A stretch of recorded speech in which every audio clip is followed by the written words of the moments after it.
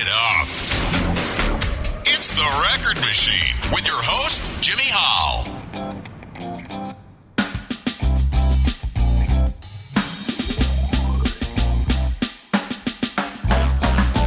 Well, now you can travel around every nation, and at the start of every conversation, two questions are always the same. Where you're from and what's your name? Well, there's a thing that I like to say when I'm feeling in the mood to play. Now when they ask me where I'm from, I just say Earth. Hey, hey, where you come from? I come from Earth. Hey, hey, where you come from? I come from Earth. I come from Earth. Well, now you can travel through outer space, or California, or any old place. Two questions are always the same. Where you from and what's your name? What's your name? What's your name? Well, there's a thing you might like to say if you're feeling in the mood to play. Now when they ask where you come from, you could just say Earth. Hey, hey, where you come from? I come from Earth. Hey, hey, where you come from? I come from Earth. I come from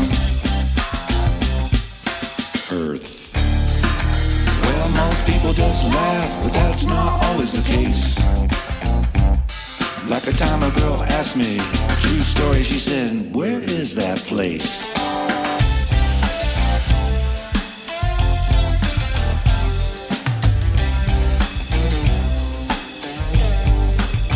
Well, now you can travel through outer space, or California, or any old place.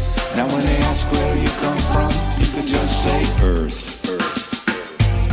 Hey, hey, where you come from? I come from Earth. Hey, hey, where you come from? I come from Earth. I come from. Talk to me.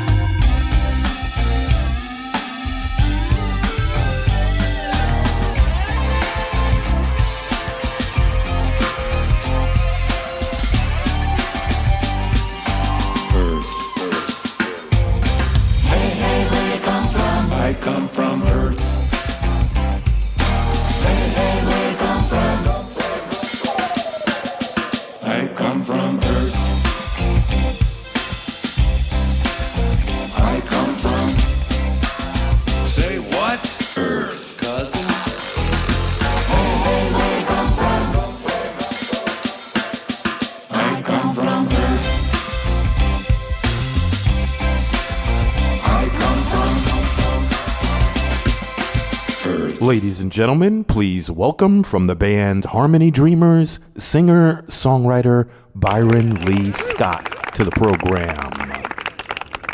How you doing, Byron?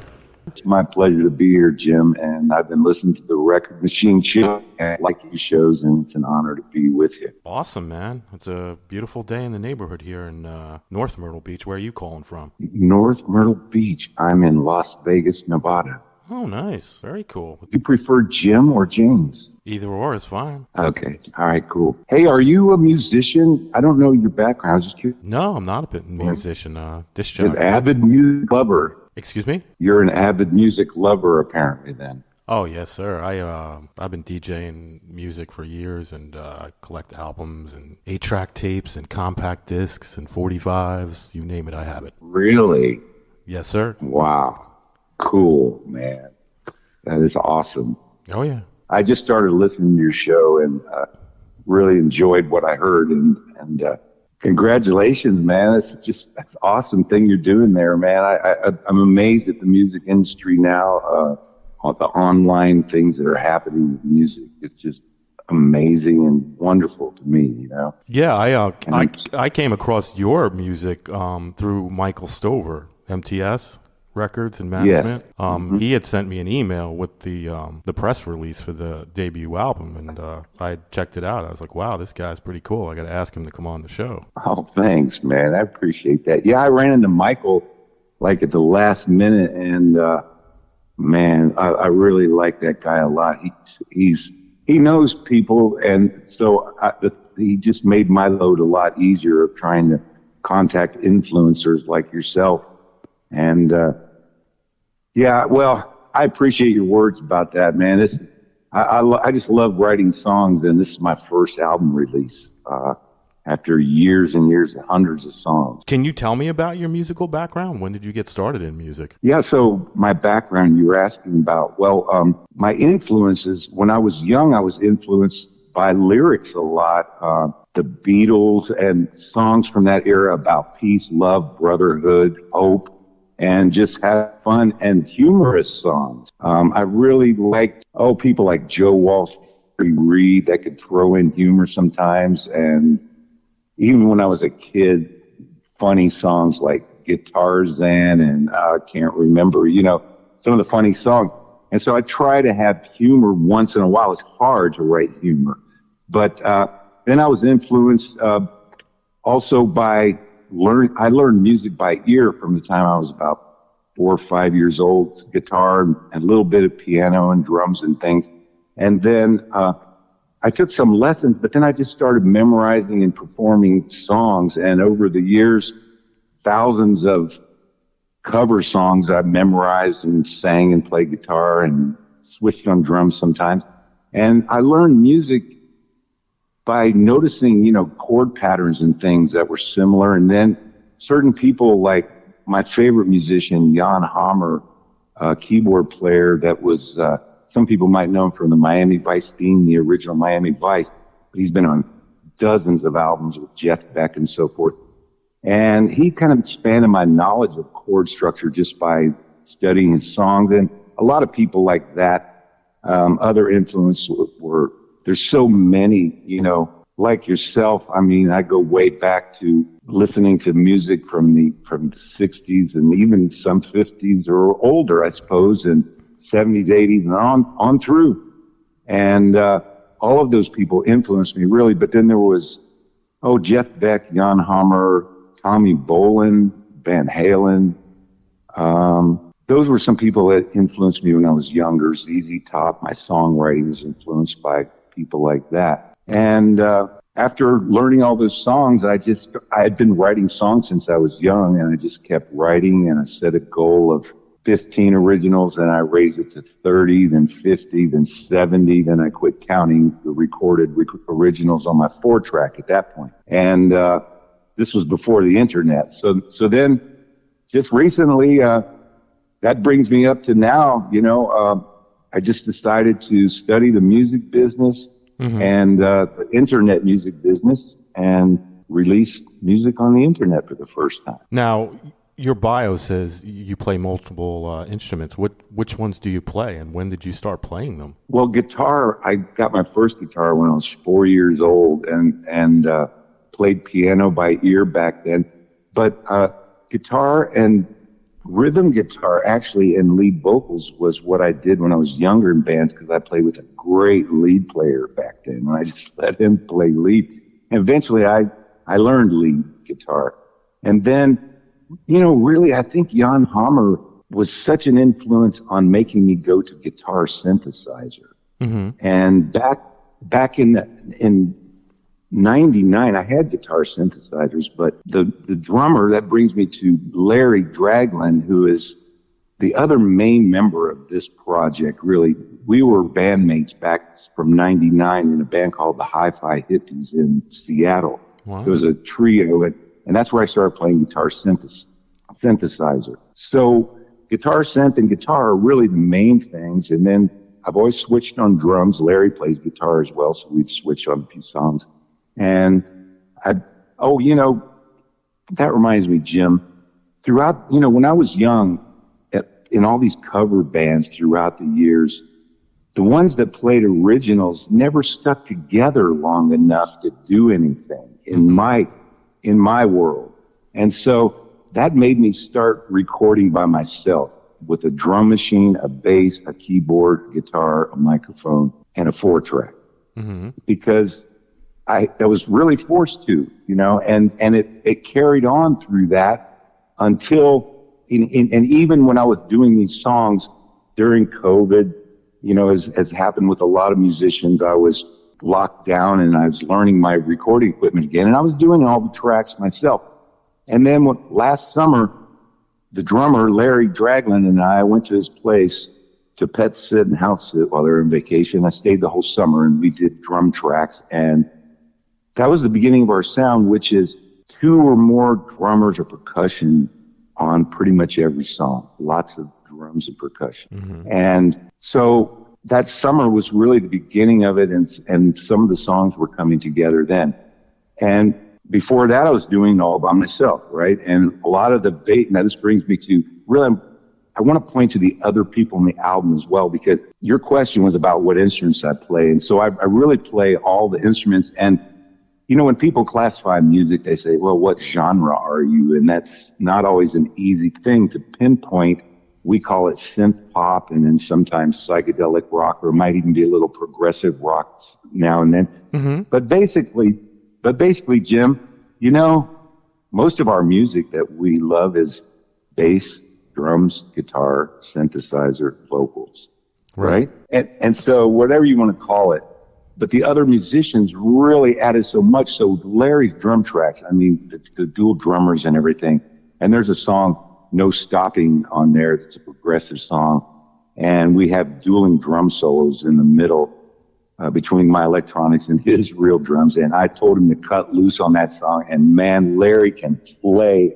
You'll hear that on the album. The real drums that you hear, I'm doing a lot of the electronic drums and percussion. And we have a percussion player also, Marta. I might as well mention her. Marta Rosatia, she's from Spain, and she's a professor a real professor of percussion, and has done many things. And she's on a couple of tracks. So the drums was the beginning. And then funny thing happened, Jim. Larry, we were recording in his studio in Colorado that summer, and we were doing the song Sophie and Pearl, a song about 2 kittens. It's a real life story that I wrote about 20 years ago. Fun song. And he just mentioned offhand, he said, well, all these now is a real bass guitar. And it got me thinking, because I had synth bass on almost everything, and this was the beginning of bass players, man. I'm telling you, the bass players on this album are off the charts. And I love bass guitar now, because the first thing I did, I hired for the song, the title track, I Come From Earth, that we're listening to today, was I hired a guy that I found online named Nikita Astrakhanantsev from Ukraine. Wow. And he's a progressive, and he plays upright, fretless, 5-string, orchestra, symphonies, jazz rock. And I heard him play, and I said, yeah, let's. And he was actually a session musician, and you wouldn't believe he wanted like $15 to do a track or something. I said, no. Wow. I paid him much more than that. He just loves bass, and he's on the internet, and we got we've got information about everybody. So he was the first track, and I just heard the difference between the synth and his bass, and I went, oh my God, this is my weakest area probably. Although I play bass on 2 tunes on the album, and it's a fretless, a jazz bass with a pick. And I can play bass well, but these guys, So then that led me to, and he does 2 songs. He plays fretless on another tune, and then he plays a 5-string on I Come From Earth.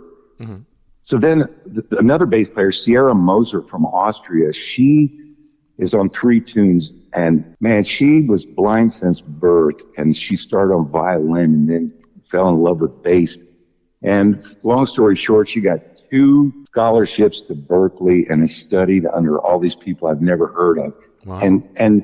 And when I sent her the tracks, as a producer, I learned this long distance producing really works well for me at times, and I'm good at instructions and in charts and everything.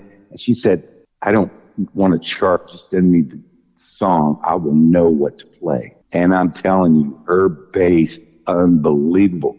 So then there's another guy named David Awa. He's from Nigeria. He was in UK most of his life till his father died. Now he's back in Nigeria. But he can funk, and this one song needed some funky bass. So it was a last-minute thing. He dropped in. And then the fourth bass player, Robbie Malone, who is with David Gray for 20 years. I don't know if you know who David Gray is. Yep, I know who that is. Okay, so he was recommended those. This brings me to drummers, and I'm almost through these other people that made such a difference in the album, man.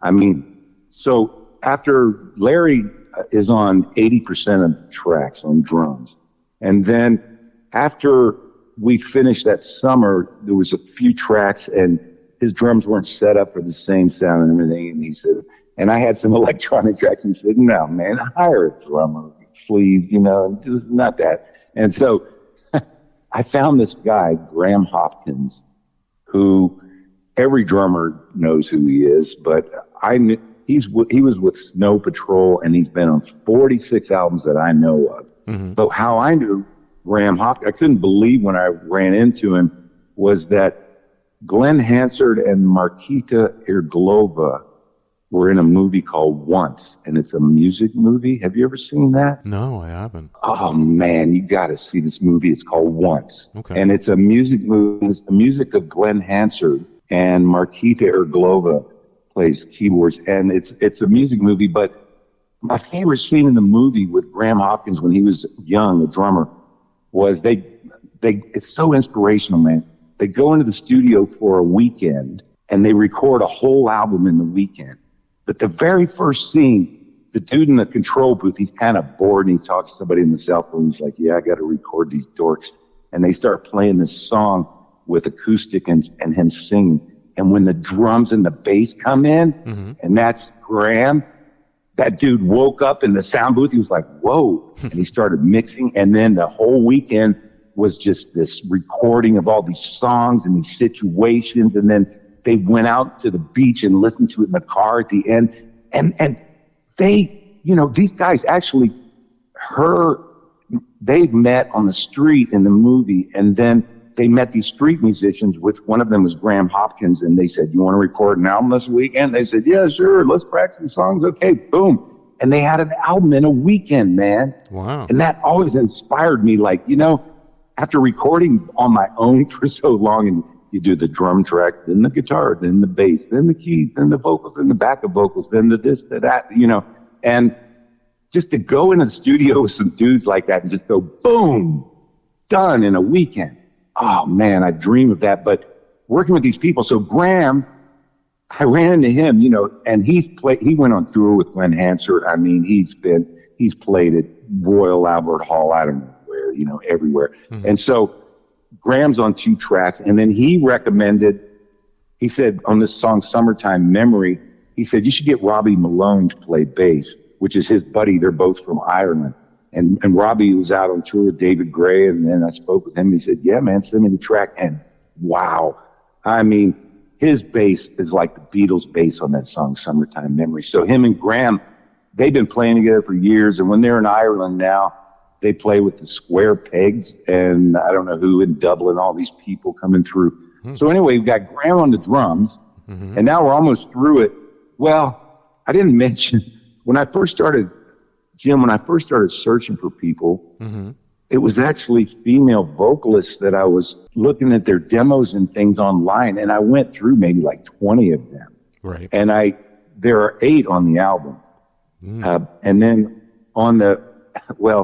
so there are 8 of them, and one of them, like Anna, she's on 5 songs. She's from Russia, Anna V, and she's amazing. You'll hear her on the second selection, which is Spinning Around the Sun, part 1 and 2 tied together as on the album. They're 2 separate pieces, but they're tied together on the album. Mm-hmm. So Anna sings on those. And then the 8 vocalists, I actually found more than 8, but I was trying to match them up with songs. So that was really part of the reason why I started searching. But these other musicians, the drummer, the bass was a big one.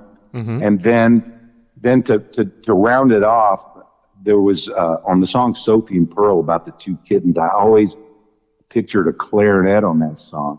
And I researched and I found this guy, Ian Smith, in London, and he's played with everybody, the symphony and on BBC shows. And, he was on tour in the 80s, I think, with like some funk and disco bands. I don't want to misname them, but when they toured in Europe, the guys he plays sax, clarinet, and flute.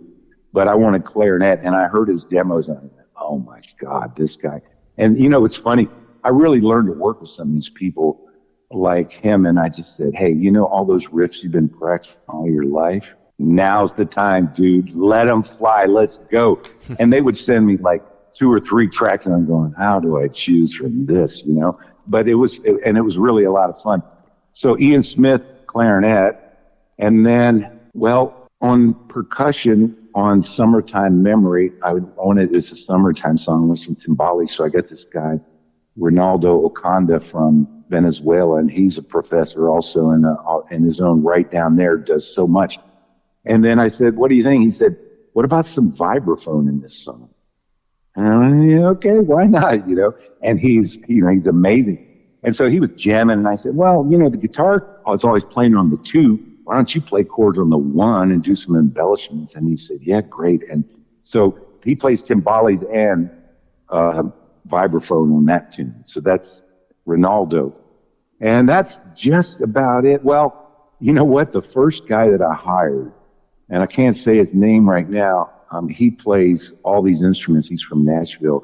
And I hired him to play dobro and steel guitar on a second version of I Come From Earth, which is coming out October 7th. It's called the Nashville Jam.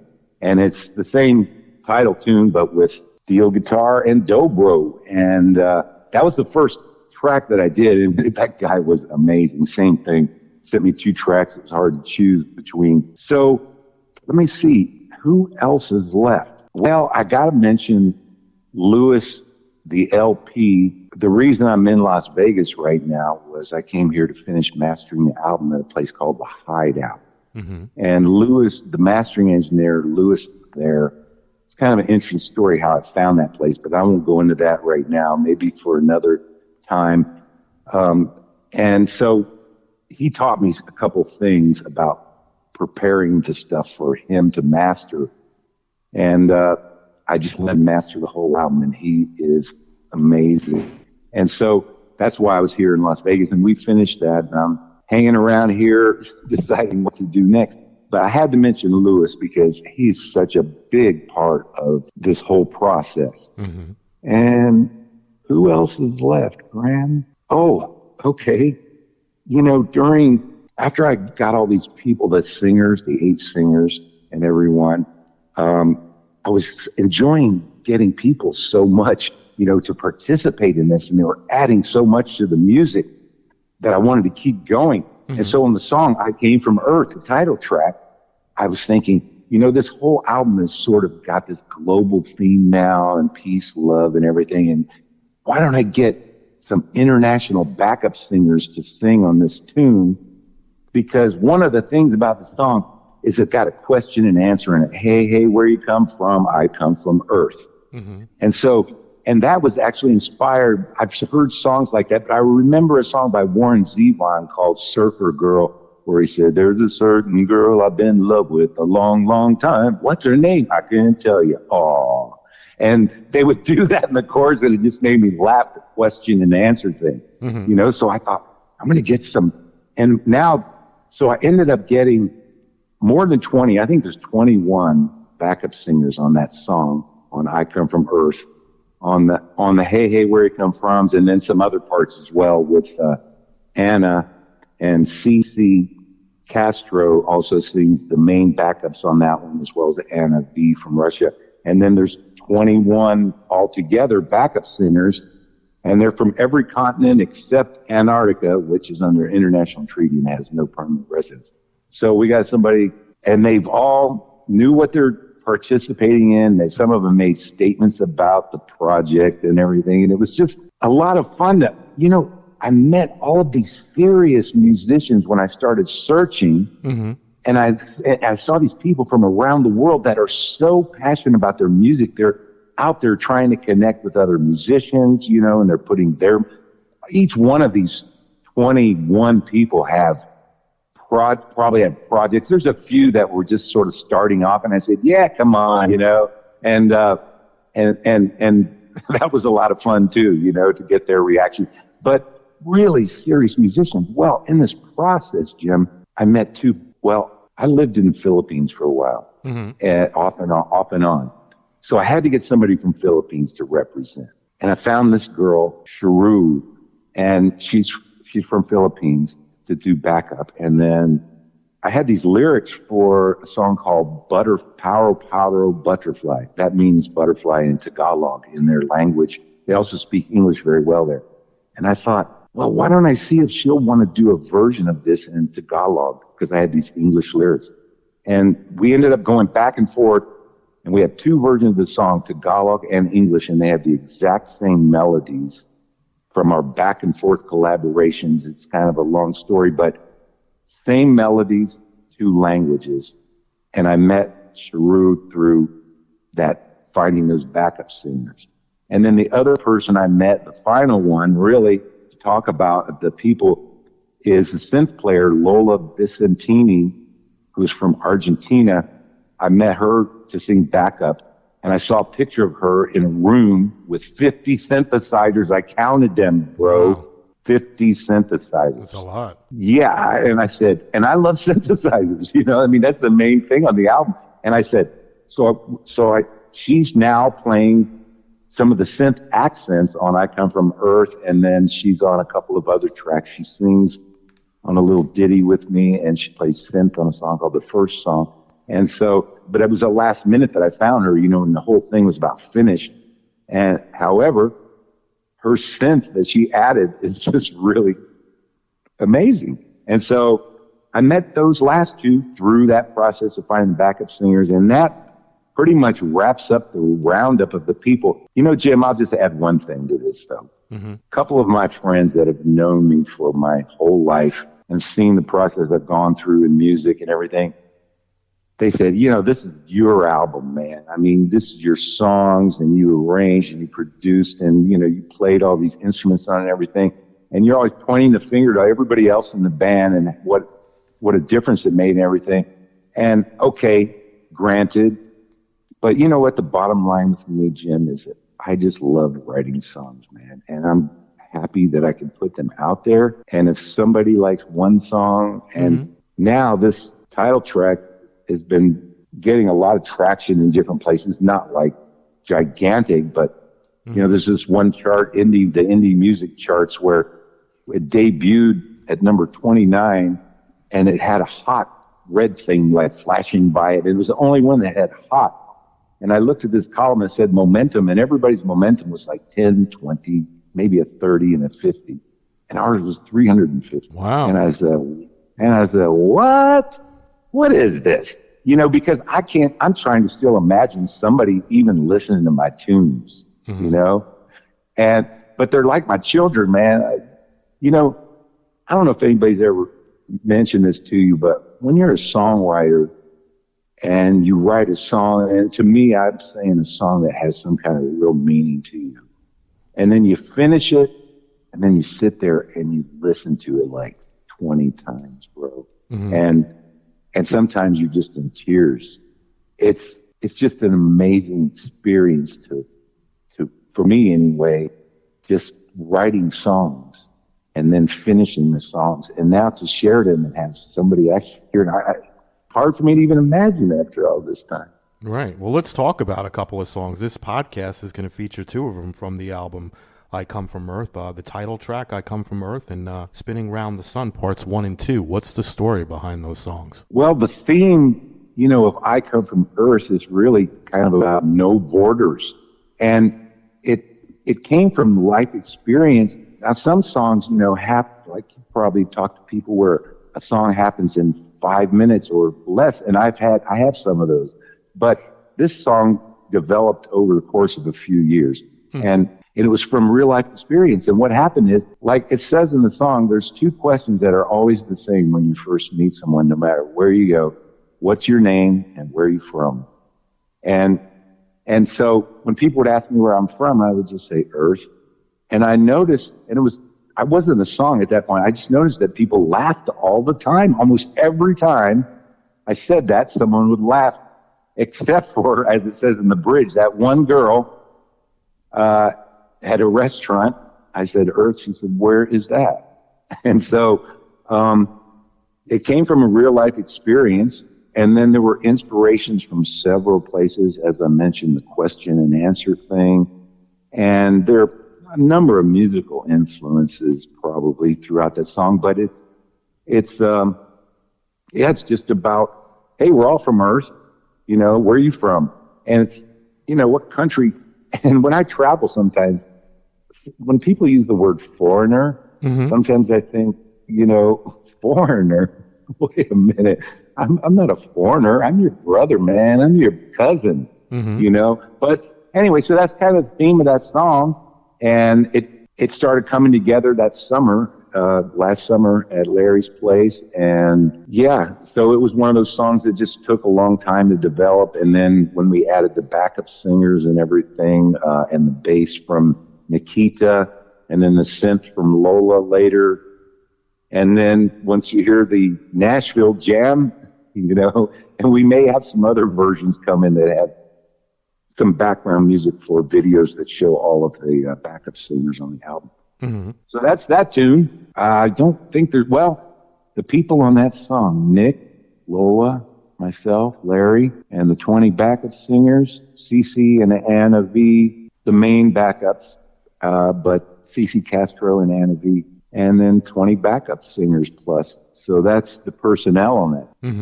The other song, Spinning Around the Sun, actually has 3 versions on the album.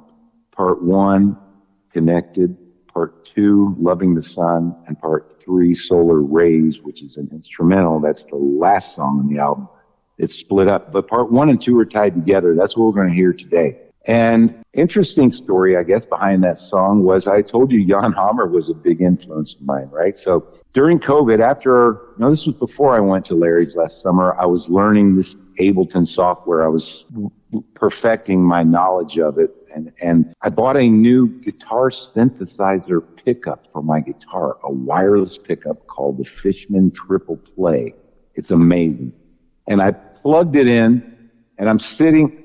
By the way, I recorded a great deal of this off-grid in a travel trailer studio home during COVID on solar power. So I'd say 80% of the recording and mixing on my end was done on solar power, out off-grid. In Arizona, mostly. Yeah, Arizona, Southern California a little bit. And so I'm off-grid. I'm all by myself out there, and I just plugged in this brand new guitar synthesizer thing, and I'm looking through the sounds, and there's one that says Jan's Hammer, like Jan Hammer, right? And I went, see what that sounds like. And then I was sitting there thinking, should I do one of my old songs? You know, I've been going through these songs, or should I do a new tune? And I'm sitting in the sun in my doorway in my chair with my guitar, headphones, sitting in the sun, dude, on solar power. And I just started playing these chords with the melody on them, just like you hear them. The rhythm on that song is that Jan's Hammer patch that I modified a little bit, but it just can't. That's one of the songs. In 5 minutes, I had the chords, melodies, and the words may have developed a little bit. The words are very simple. And, you know, that song is about spinning around the sun. It's really just about how we're all connected to the sun, man. I mean, do you realize the sun is traveling through space at about 500,000 miles per hour? Wow. And we're following it. We're following it in a spiral as the other planets are. And the gravity, and we're spinning around it every year. And the sun, as it says, you know, gives us light, and it's for everyone on this earth.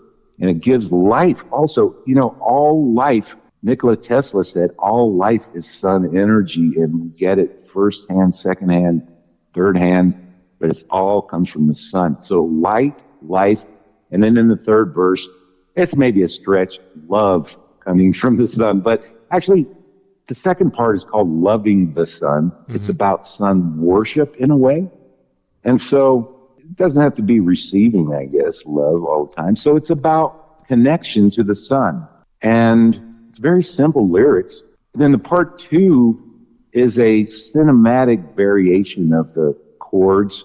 I was just experimenting with doing something cinematic. And what's amazing about, these two parts, really, there's only 3 people on these particular songs. Myself playing almost everything, Larry the drummer, and Anna V from Russia on vocals. And this was actually the first tune I heard her demo. I fell in love with her voice. She can sing so many styles. But the first song, Spinning Around the Sun, and I gave her open book to do harmonies or whatever, and she listened to it. She said, I'm just going to do your octaves because I don't think it needs more. But then in part 2, I told her I was going to do a cinematic version, and she expressed that she liked doing cinematic vocals. And so I started putting it together, and that's another story about the structure of that song, the cinematic song. But when I sent it to her, she was sick. Her voice was not doing well, and she was in bed for about a week in Russia. And she said she just listened to that song all week long and was imagining all of these parts. And her vocals in that part 2, so many, all the female vocals are her. And I'm sure you've heard the Pink Floyd Dark Side of the Moon album, and there's a song called The Great Gig in the Sky, and the famous Tori, what's her name? Can't think of it. Somebody Tori, that sang female vocals. She's famous for that. And I wouldn't want to compare anybody to that, but I'll tell you what Anna did on that part 2 with her vocal is amazing. And then, there are not many lyrics in the part 2. There are some words that mean sun in different languages, sun, light, life, but it's a cinematic variation.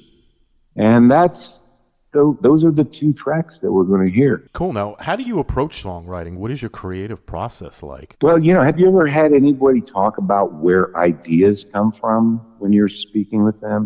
Writers? Yeah. And you've probably heard people talk about how sometimes a song comes out of nowhere. True. And well, like I said, on Earth, that was a 3-year, process. And one song that I have that took 20 some years to get to where I was happy.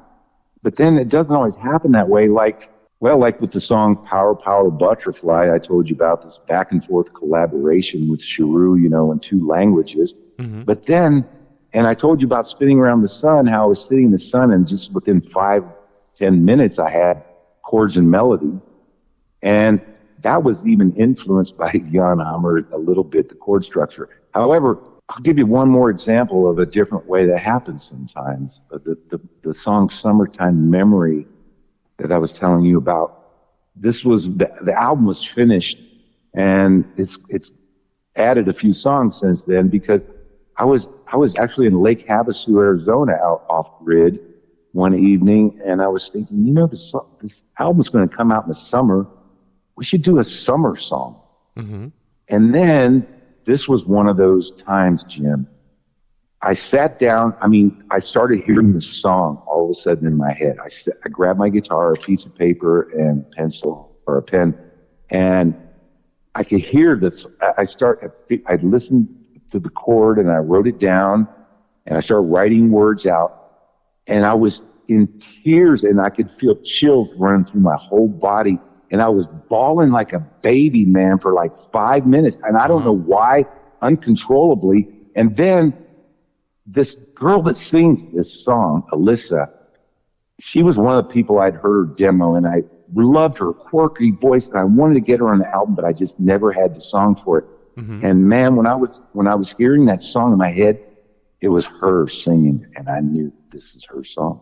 And in 5-10 minutes, that song was finished, and I was like, what just happened? And so sometimes, and I'll tell you something, man, I gave my life to music, dude. I sacrificed so many things I played on cruise ships for 5 years. I was in road bands for 10 years. I moved. I I followed music and I sacrificed so much for that. And now, and I really consciously just gave my life to it. And it seems like during this project, some crazy things happen, and it's almost like it's out of my hands. I keep meeting these people, and it just grew. And so that summertime memory, that's just one example of the process not always the same. However, I will say that if there's a songwriter listening, one thing I just learned, you got to practice and study other songwriters, and read about them, and then just do it and keep practicing and writing songs. But one thing I'll pass on is that if you write a verse and a chorus, you can be pretty much on your way to be finished with the song, because the second verse can be written off of the first verse, and then the bridge you can just sort of flip the chords around, and then you got an intro, maybe a lead, a breakdown, an ending, a variation, but mainly a verse and a chorus, and start with that chorus right away, whether it's the chords or the words, with or without the words, and then when you come back to its first time, bam, people have heard it. And so for a songwriter, and that's just one method.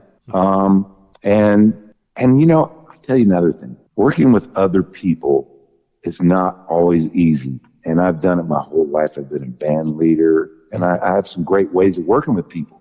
But it's not always easy, but it can add so much. And so if you don't really have anything to say lyrically, for example, and you want to write songs, you can go on the internet and find so many people that are passionate about writing lyrics, melodies, top line, they call it, melodies, and they'll do it for a fee if you want, and then you can have a song that has some meaning to it, or write an instrumental, man. If you got nothing to say, but I'm the best rapper in the club with my money and my women. Everybody's the best rapper. So, if you don't have anything to say, my advice is get someone who can write some cool lyrics, man. Mm-hmm. Say something that realize that children might be listening when you are playing your song, and they can be influenced by you. They look up to you. And so if you're going to say something, if you're going to say words,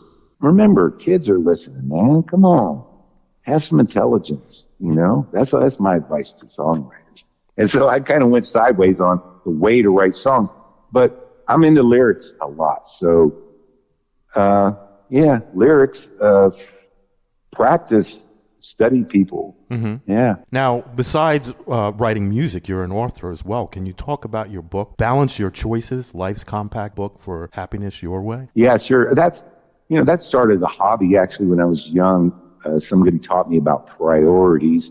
And then very simply, I started just thinking, well, instead of one big giant priorities list, what if I look at different areas of life and sort of, have maybe some of them you have priorities, some you don't, or they change, throughout time. And you have these times when you're really focused on one thing, like an album for a while, and you're not balanced, but then you have to go back to being balanced. So, I deal with it just like everybody else, and it's just been a hobby.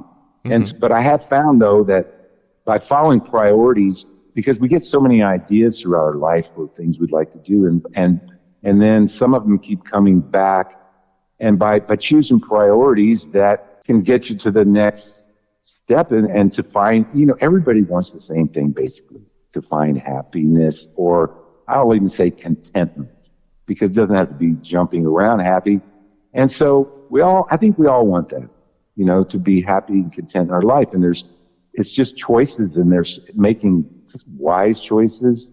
And then besides planning, which can take over your life if you're not careful, because it's also simplifying is a little part of it that I speak about in there. Mm-hmm. But, besides that, it's also just enjoying each day along the way and learning how to do that.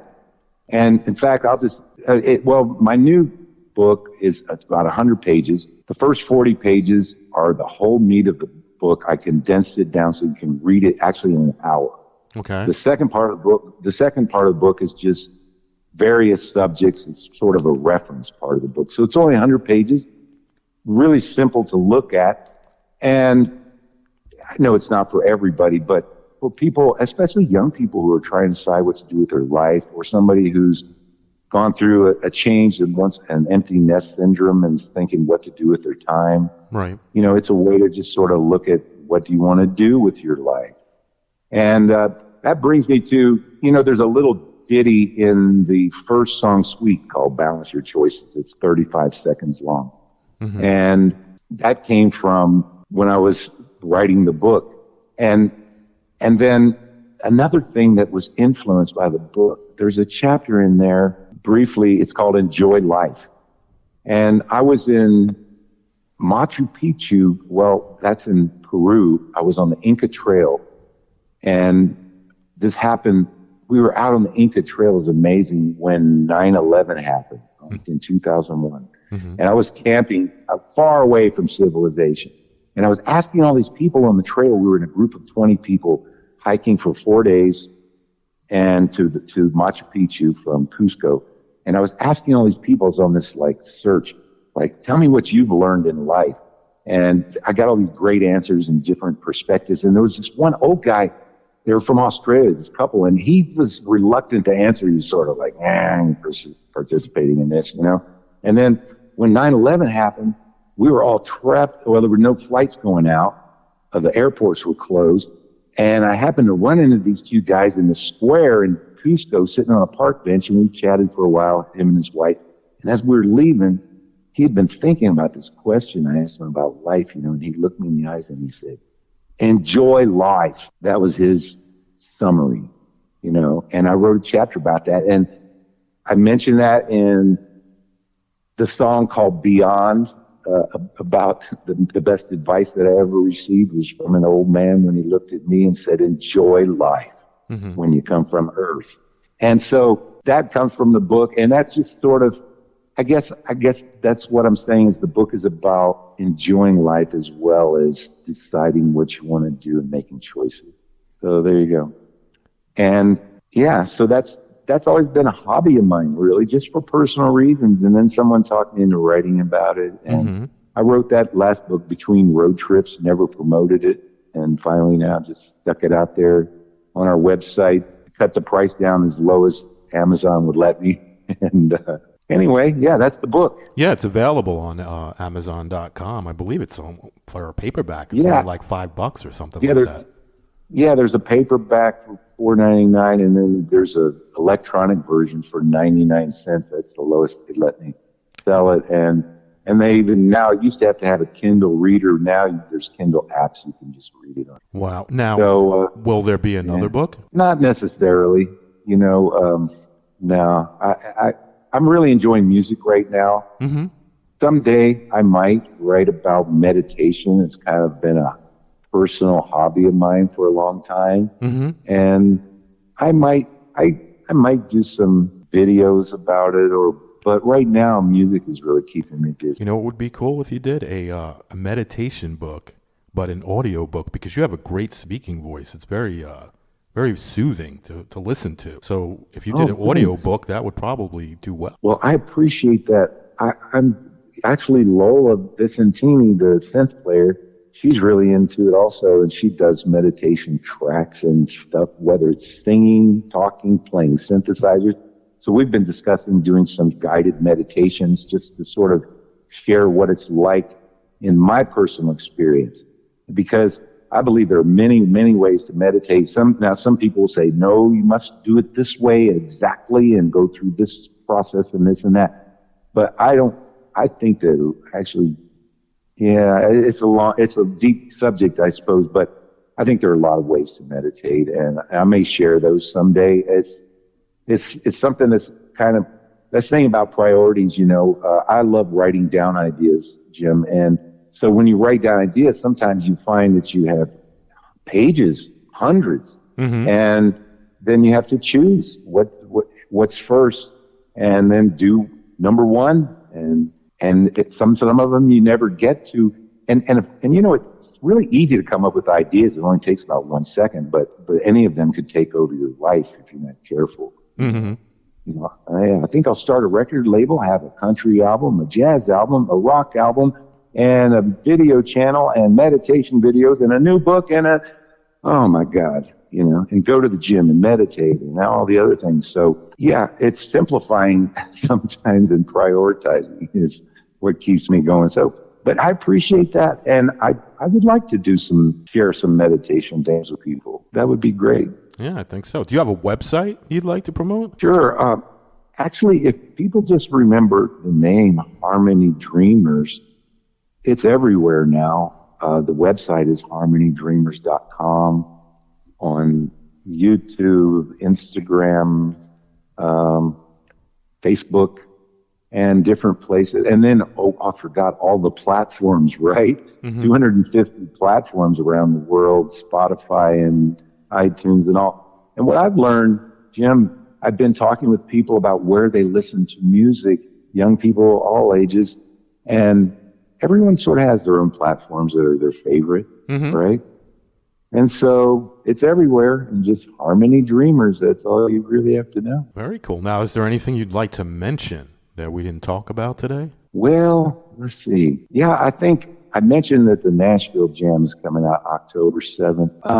I would like to mention something I ran across called Standing on the Shoulders of Giants. I can't recall who first said that, or there were several people throughout history. But this entire project of putting music on the internet, the way I see it, is that this internet music business, there are all these people responsible in making it possible for me to share music now. Inventors, software, hardware people, gear vendors, music lovers who are mentors, promoters.